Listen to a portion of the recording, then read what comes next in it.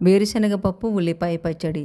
ఈ పచ్చడి అన్నంలోకే కాకుండా జొన్న రొట్టెలకి, సంగటికి, అలాగే పులగంలోకి బాగుంటుంది. రాయలసీమలో పులగంకి, జొన్న రొట్టెలకి ఈ పచ్చడి ఎక్కువగా చేసుకుంటూ ఉంటారనమాట. దీనికి పల్లీలు ముందుగా వేయించి పెట్టుకోవాలి. తర్వాత బాణట్లో కొంచెం నూనె వేసి ధనియాలు, ఎండుమిర్చి వేయించుకోవాలి. అవి ధనియాలు కొంచెం మాడకుండా జాగ్రత్తగా వేయించుకోండి. కొత్తిమీర ఎక్కువ ఉంటే ధనియాలు కొంచెం తగ్గించవచ్చు. నేను తీసుకున్న క్వాంటిటీ కొంచెమే కాబట్టి ఒక ఉల్లిపాయ తీసుకున్నాను, 2 టమోటాలు తీసుకున్నాను. ఒకవేళ టమోటా లేకపోతే ఏం బాధ లేదు, చింతపండు కొంచెం వేస్తే ఎక్కువ వేస్తే సరిపోతుంది. ఉందంటే ఇలా ఉల్లిపాయ సన్నగా తరుక్కున్న ఉల్లిపాయ, టమోటా బాణట్లో వేసి కొంచెం వాడి చేసి మూత పెట్టేసి కొంచెం మగ్గుతుంది అన్నమాట.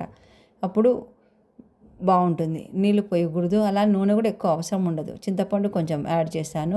కొత్తిమీర ఎంత వేసినా చాలా బాగుంటుంది అన్నమాట. ఉప్పు వేయాలి అంతే.